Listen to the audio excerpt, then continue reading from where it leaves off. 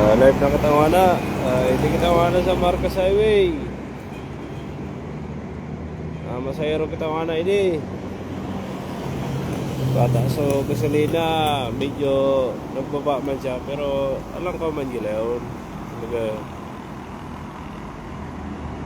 Unleaded 90.80 ang isang litro, tapos 92.80 sa sa pula.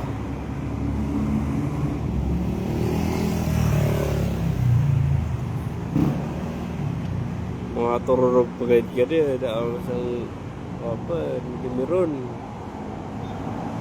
Da.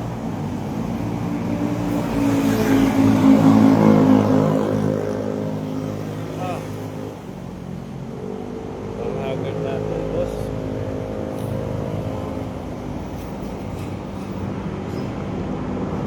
Ngayon na pa yung signal.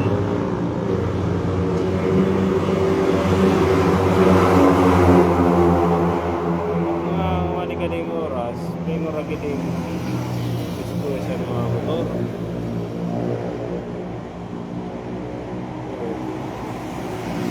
May maragkano yan.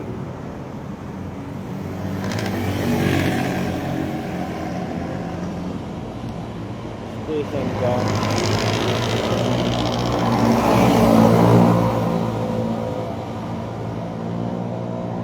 Ba't kasi palagi maray di pa sana para perikturan ka na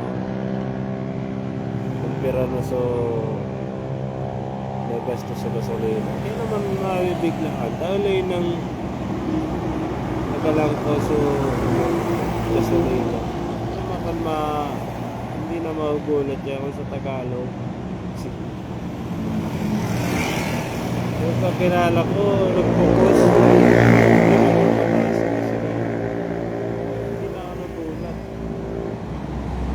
siguro late na sa late na sa balita.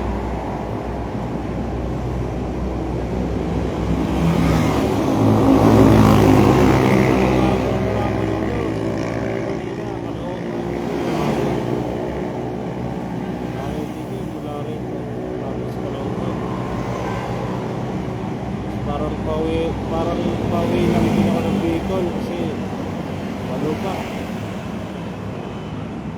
Inaayos na daan tapos yung iba matagal na hirapan rin yung daan kaya bumalik ako dito sa city.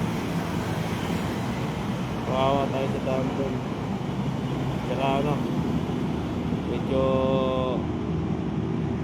wala, ayoko lang pumesto doon kaya bumalik ako dito sa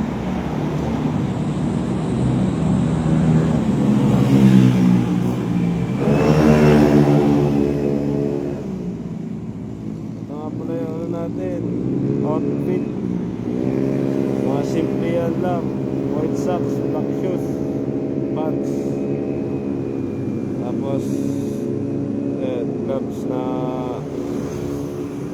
ano daw to matibay daw to, tsaka napifeel ko naman matibay kasi ipapo nito mesh, tapos may halo siyang balat kaya matibay siya.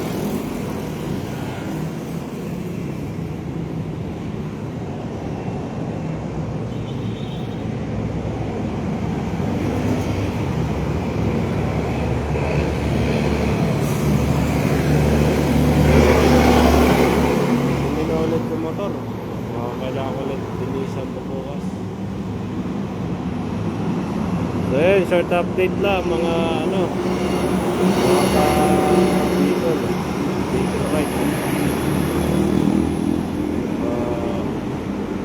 Soon ulit tayo, biyahe Bicol ulit tayo. Nakaka-enjoy biyahe Bicol. Kaya lang pagdating sa doon medyo reklamo na pero enjoy naman. Enjoy nakaka-enjoy. Hindi pa rin nakakasawang gahihin yun. Ayan. Maraming salamat.